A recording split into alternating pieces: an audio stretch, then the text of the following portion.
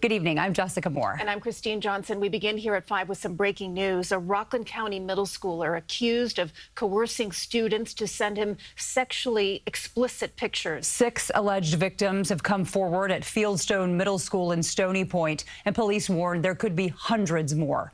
Tony Aiello is live for us at police headquarters. Tony? Jessica, police are calling this a troubling case of sextortion. Alleged victims first came forward in February. It took months to penetrate the layers of online anonymity, only to find a young suspect right here in Rockland County. Stony Point police say a student at Fieldstone Middle was hiding a guilty secret, allegedly coercing other male students to send him what police are calling sexual exploitation material using popular social media and messaging platforms. They were requested for pictures, videos of themselves to be sent, and then they were requested that if they didn't send more, that their pictures and videos would be sent to their friend groups. And they were also requested to send gift cards as a form of payment. Payment, police say, in the sense of blackmail to avoid exposure. Police say the male suspect posed as a female as part of the alleged scheme. We've learned he has family ties to another country, and police suspect there could potentially be hundreds of additional victims here and abroad. To any student or parent, please know you are not alone. Parents, please talk openly with your children and create judgment-free spaces where they can speak without fear. Victims must never feel blamed or ashamed. It's certainly troubling, but I am extremely proud of the students at Fieldstone Middle School that came forward, extremely brave, and without them coming forward and going to the administration and speaking to the SRO officer, we wouldn't have solved, or the wonderful police officers would not have solved this case. The charges against this middle school student include use of a child in a sexual performance.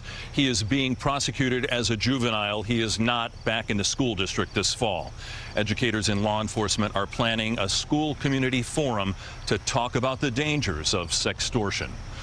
Live in Stony Point, Rockland County, Tony Aiello, CBS News, New York. Tony, thank you. Joining us now is Titania Jordan, author of Parenting in a Tech World and Chief Parent Officer of internet safety firm Bark Technologies. Titania, thank you. This is something that every parent grapples with, and hearing a story like we just reported sort of feels like a punch to the gut. What can we do to help make sure that our kids are not falling victim to these online predators? It's a great question. I think the first step is to realize it absolutely can happen to any child. They're children. Their brains are not fully formed yet, and good kids make bad choices. So don't be afraid to have the candid conversations with your children about what their peers are doing and why it's not a good idea to participate. The next thing is to limit the temptation. Don't allow connected tech in the bedrooms, behind closed doors, overnight. Set parental controls and filters, and you can even opt for safer tech. There are smartphones like the Bark phone that don't even allow children to take nude photos and videos, eliminating the chance for this risk. You know, I think a lot of parents have very good intentions when it comes to monitoring their children online. Life gets in the way. The day gets busy. You know, it's really, really hard to be on this 24/7.